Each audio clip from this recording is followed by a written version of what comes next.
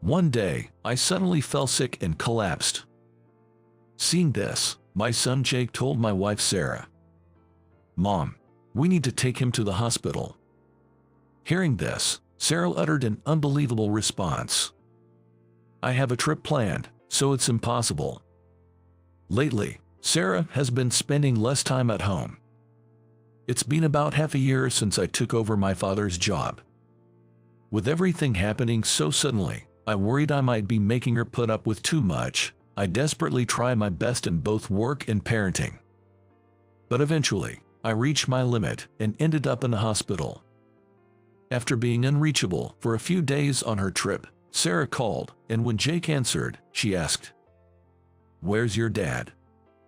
Following that, Jake said something shocking. "My name is David. I turned 42 this year.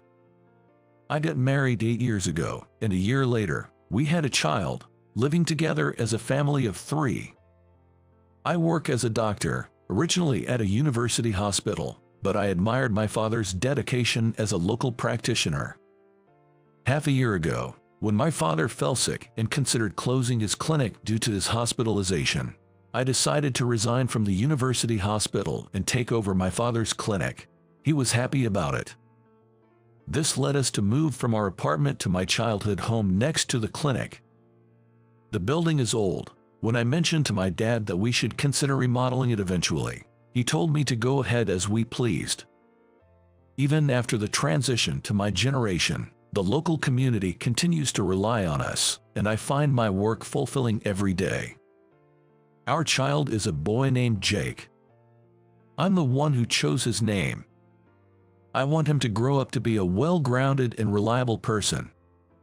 Even though he's just in first grade now, he already expresses a desire to become a doctor and is learning German.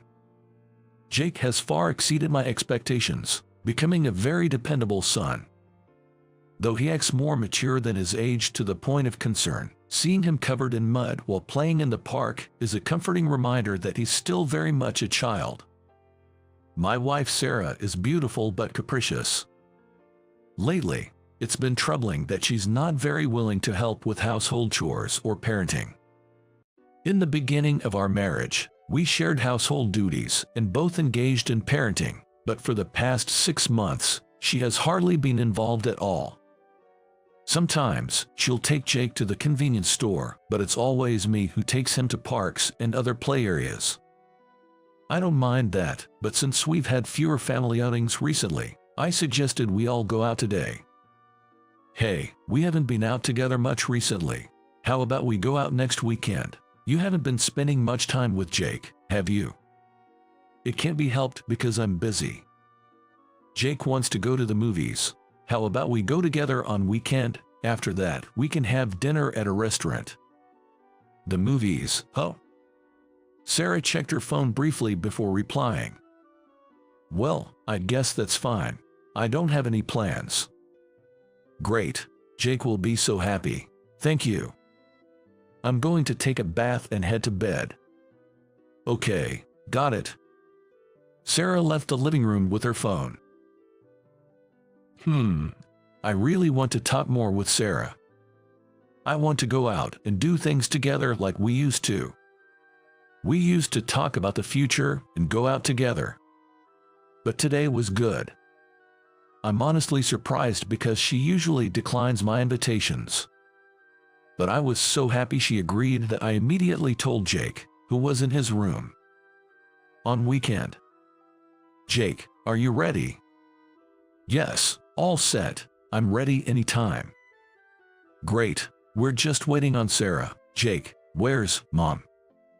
"I don't know. Ever since Jake started elementary school, he wanted his own room, so we've all been sleeping separately." I knocked on Sarah's room door but got no response. I knocked again and slowly opened the door. "Sarah, are you here?" When I opened the door, Sarah wasn't there. Maybe she's in the bathroom. Just then, my phone rang and it was Sarah. "Sarah, what's up with the call?" "Sorry, but I can't make it today. Something came up at work." "What? You didn't mention that yesterday." That's because it came up suddenly. Just go to the movies, the two of you. It's not a problem even if I'm not there, right? Bye. She said hurriedly, and then hung up. Seriously, I thought we could all go together. Dad, what's wrong? Where's Mom? Mom has to work, so it'll just be the two of us. Okay, I understand. Jake looked a bit sad but then smiled. I felt sorry that he was looking forward to it, but let's make the best of it, just the two of us. All right, Jake, let's go. After the movie, how about we eat your favorite hamburgers on the way back? Yes. We packed our bags and drove to the station where the cinema is located. Several hours later. Did you have fun, Jake? Yes, it was fun. Thanks for today, Dad. Sure, let's go again sometime. When Jake and I returned home in the evening, Sarah was already back. We're home. How was your day? We ended up going to the park and other places in the afternoon, so sorry we're late. It's fine. Sarah responded indifferently as usual. Jake then quietly approached her. Here, this is a gift for you, Mom. Saying so, he took something out of his backpack. What is this? Today, there was a keychain making workshop, and I made one for everyone. This one's for you. Saying that, he handed her a white star-shaped keychain. Before going to the park, we stopped by a craft workshop nearby, and Jake wanted to try it, so he made keychains for all three of us. By the way, Jake's was green, and mine was blue. Sarah took the gift from Jake. It turned out well, didn't it? It was then that Jake said with a happy face, "Well, I don't think I'll wear it, but I'll keep it for now. I'm tired, so I'll be in my room." Saying so, Sarah left the living room. Sarah.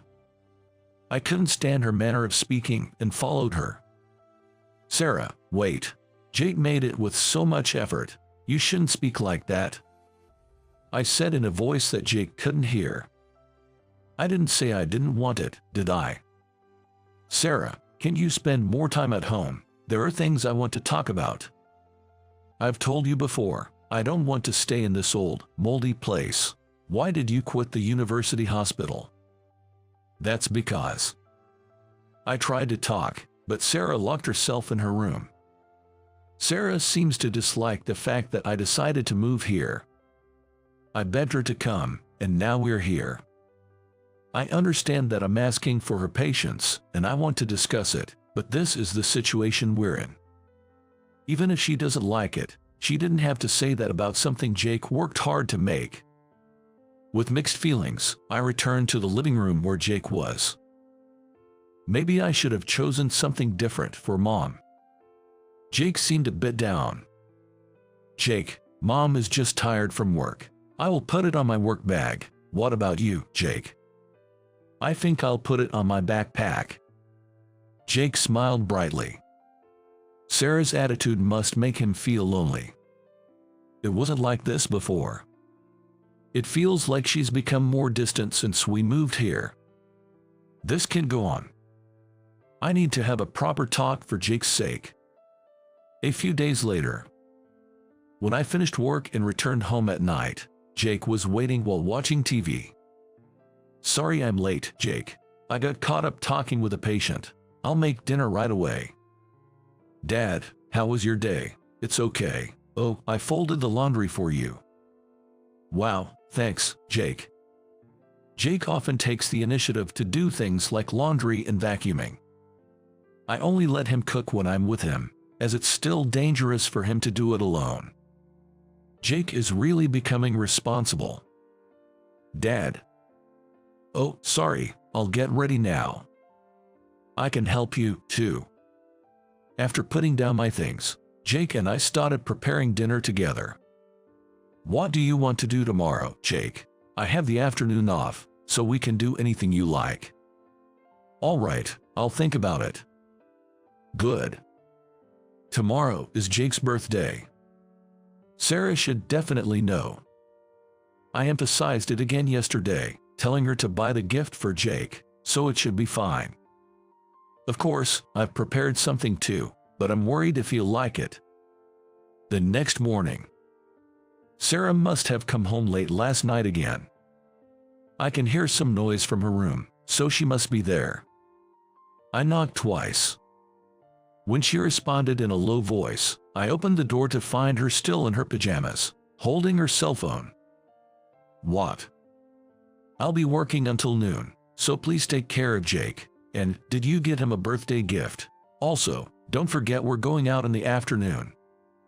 I know, okay. You don't have to tell me multiple times. Close the door when you're done. Sarah responded irritably, then went back to looking at her phone, so I gently closed the door as she asked, "Is everything really going to be okay?" I left feeling a mix of anxiety and hope, leaning more towards hope. When I went to the living room, Jake was already there. "Happy 7th birthday, Jake. Here's your birthday present." "Dad, thank you. Can I open it?" "Go ahead." Jake excitedly opened the bag. "Wow, yes, amazing." The present I gave Jake was a stethoscope I used to use. This stethoscope was given to me by my father when I was a child. I remember I was just as happy as Jake now. I had shown it to Jake before, and he really liked it, so I decided to pass it on to him. But I didn't want to give him just that, so I included a soccer ball as well. "Is it okay to get 2 presents? Just take good care of them, okay?" "Sure." Seeing him like this reminds me he's still very much a child. "Then, let's do whatever you want today. I'll finish up work quickly and come back, so wait with Mom, okay?" "Dad, make sure you do your work properly." "Yes, I'll work hard and seriously." After feeding Jake breakfast, I called out to Sarah before heading to work at the clinic next door. Past noon. When I finished work and returned home, I found Jake alone in the living room. "Where's your mom?" "She went out a little while ago." "What?" "She told me to wait here because you would be back soon." I immediately called Sarah on her cell phone. "Yes." Sarah responded with her usual irritable tone. "Sarah, why aren't you here?" "I had something come up. I'll be back by tonight." "Tonight? Today is Jake's birthday, you know that, right? Didn't we agree to go out together in the afternoon?" As I was scolding her over the phone, Jake shook his head vigorously. It seemed like he was saying it's okay. "All right, just make sure you come back tonight, got it?" "Okay, bye then." She hung up the phone. I was frustrated, but today is Jake's birthday. I decided to focus solely on Jake. "Jake, what is your plan today?" "I want to play soccer, and I want to eat your hamburgers." "Is that what you want?" When I asked, Jake nodded emphatically. So, Jake and I spent the day doing things he enjoys, like playing soccer and visiting a bookstore. On our way back, we bought lots of foods like cake and chicken. When the hamburgers were about to be ready, I checked my phone to contact Sarah and saw a message from her. "I'll be home by the end of the day." That's what the message said. Seeing that message somehow made me feel a wave of exhaustion wash over me. Jake, noticing something was off, spoke to me. "Dad, are you okay?" "No problem, the hamburgers are ready, so why don't we eat? We've got cake too." Of course, I'll eat. Jake and I celebrated his birthday by eating hamburgers and chicken, and talking about school, soccer, and his language lesson. The next morning, I woke up just before noon, feeling exhausted. Oh no! I quickly got dressed and left my room, only to run into Sarah. "Sarah, what happened yesterday? Jake was waiting for you the whole time." "I came back within the day. You two were just asleep, weren't you? Besides, I'm in a hurry." Sarah rushed off to the bathroom in a flurry. I could only sigh in dismay. and I had a feeling that I was not in the best of health. When I slowly made my way to the living room, Jake was there. "Jake, sorry for my waking up late. You must be hungry, right? You could have woken me up." "It's okay. I ate some bread."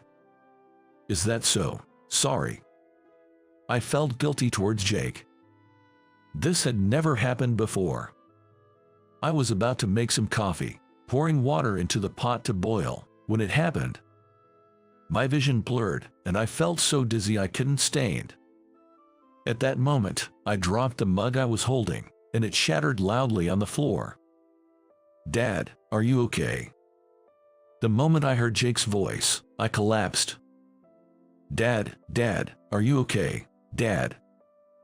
"Jake, sorry. Call your mom." "Got it." Just as Jake was about to go get Sarah, the living room door opened and Sarah walked in. Jake quickly ran up to her and said, "Mom, we need to take him to the hospital." What's with the sudden?" Dad collapsed. "Help." In response to Jake's desperate plea, even Sarah would surely come to help. I believed this, faintly aware in my fading consciousness. But Sarah's response was completely unexpected. "I have a trip planned, so it's impossible." "What? But Daddy's. He'll get better soon. Besides, I'm going on a trip with my parents for about 4 days. Take care, okay?" Sarah said this to me with a slightly cheerful voice as I lay there. "Mom." "Jake, I'll bring you a souvenir, so wait here with Dad, like good boys." With those words, Sarah left. Can such a thing really happen? Leaving behind her husband who can't move and 7-year-old son. But right now, more important than anything, I need to let someone know, for Jake's sake. I pulled out the cell phone I had tucked into my pants, and at that moment, I lost consciousness. A few days later, I woke up in a hospital bed. Dad. Jake. Next to me stood Jake, a doctor, and a few of our neighbors. As I looked around, unable to grasp what had happened, the doctor explained to me. "You collapsed due to anemia, and it seems you were quite exhausted as well." "Is that so? Thank you for your help." As I thanked him while lying down, the doctor shook his head and kindly explained the situation. "You should thank your son. He used your cell phone to call an ambulance and your neighbors." "What? Jake did that all by himself?" "Yes. Remember, Dad, you taught me the emergency number, right?" "Right. Thank you, Jake." I patted Jake's head, and he looked back at me with strong eyes. I always knew he was reliable, but I hadn't realized just how much he had grown. I felt sorry for the neighbors and Jake, but I was happy to learn about my son's growth. A few days later, my phone kept ringing, so I was reluctantly about to answer, but after all Jake answered it. "Mom, what's going on?" "Jake, it's not what's going on. Where are you?" Where's your dad?" Ignoring Sarah's frantic tone, Jake uttered some shocking words. "Dad has gone far away." What do you mean far away?" "I'm at the restaurant near our house. Bye." "Restaurant? Oh, wait." Ignoring Sarah's words, Jake hung up the phone. A few minutes later, Sarah hurried into the restaurant and sat down in front of Jake. "Jake, and you're here too." Jake said you'd gone far away in a gloomy voice. "What? You thought something happened to me after I collapsed?" "What? No, I was just worried." Sarah looked a bit embarrassed and looked down. "Because Dad went to the faraway bathroom," Jake explained with an upward glance. "Really? You're so confusing. But more importantly, the house. Why is our house gone?" Sarah's panic was not just because she thought I had disappeared, but also because the house we had lived in was gone. Actually, I had been considering remodeling our house for some time. However, after discussing with my hospitalized father, we decided it would be better to demolish it and rebuild entirely, and he agreed. So we proceeded with that plan. I had wanted to discuss this with Sarah for a long time, but she never seemed willing to listen, so I kept it to myself. Wow, it's going to be a new house. Amazing. You should have mentioned it. I'm totally surprised. Sarah, you are hardly ever home, right? Plus, didn't we discuss rebuilding the house someday when we moved here? Did we? So, when will it be ready? Sarah looked at me with a happy face. She's always been the type to wear her heart on her sleeve, so it's pretty easy to read her. I called neighbors who were with me at the hospital, and they came to the restaurant right away to take care of Jake for a bit. Well then, shall we have a serious conversation now? Oh, about the house for 3 of us. I think it'll be ready within 6 months. Really? But where's all my stuff? Did you store it somewhere? And why not in front of Jake? Well, the conversation we're about to have isn't suitable for Jake to hear. What's with that? You're speaking strangely. Sarah looked at me, puzzled. I've left your stuff at your young lover's place, you know. What? What are you talking about? There's nobody like that at all. I've checked everything, so lying won't work. What? Sarah changed her behavior drastically after we moved, suddenly becoming distant and unexpectedly busy with work, which was unlike her. I always felt something was off. Wondering if she was really busy, I asked my relative who works at the same place as Sarah, only to find out it seems that is not the case. Besides, I never thought Sarah would go on a trip with her parents. She used to say that her parents were quite strict and they hadn't talked much for a long time. Therefore, after I collapsed, I decided to reach out to her parents just once. As expected, they were at home and had no clue about Sarah's whereabouts, prompting me to immediately contact a detective agency to investigate. Just as I suspected, Sarah had another man in her life. It seemed like he was young. This is the evidence of that. Oh, how did it come to this without me noticing? I presented the documents and photos submitted as investigation results in front of Sarah.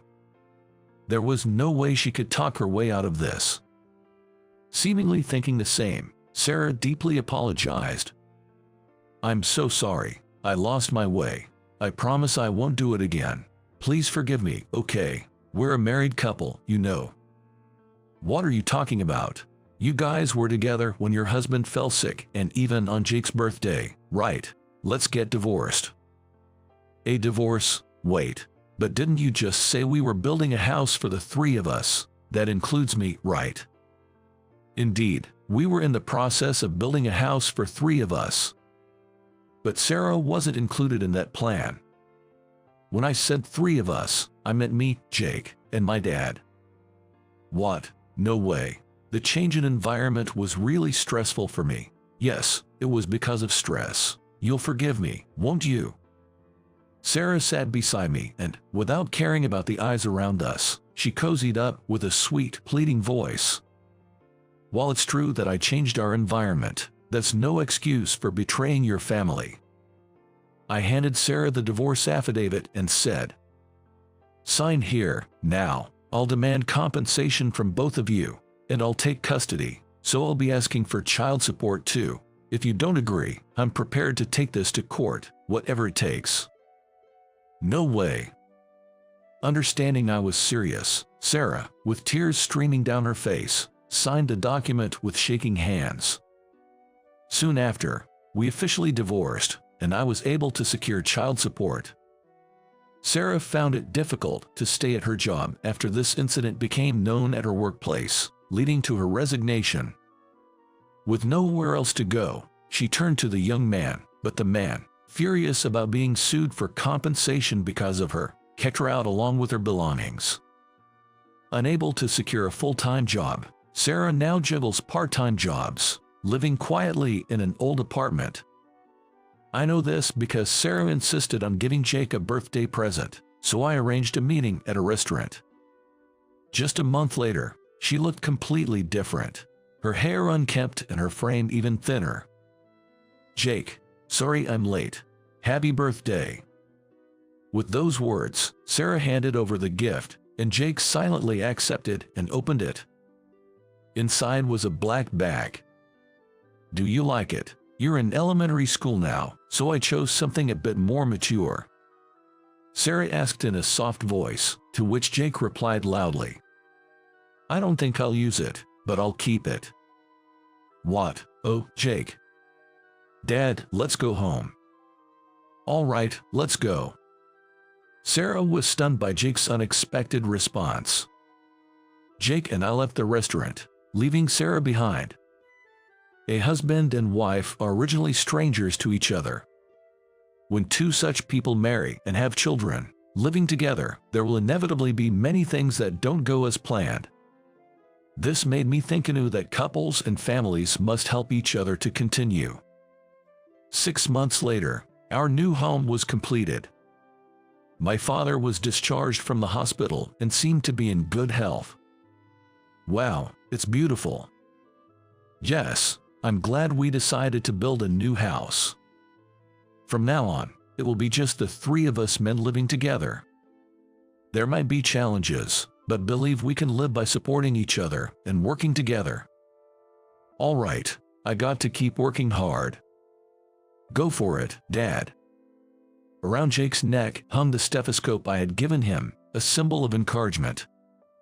I made a firm pledge to myself to continue working with pride and compassion in my medical profession, to be a doctor and a father Jake can always rely on, instilling in him the belief that a career in medicine is noble.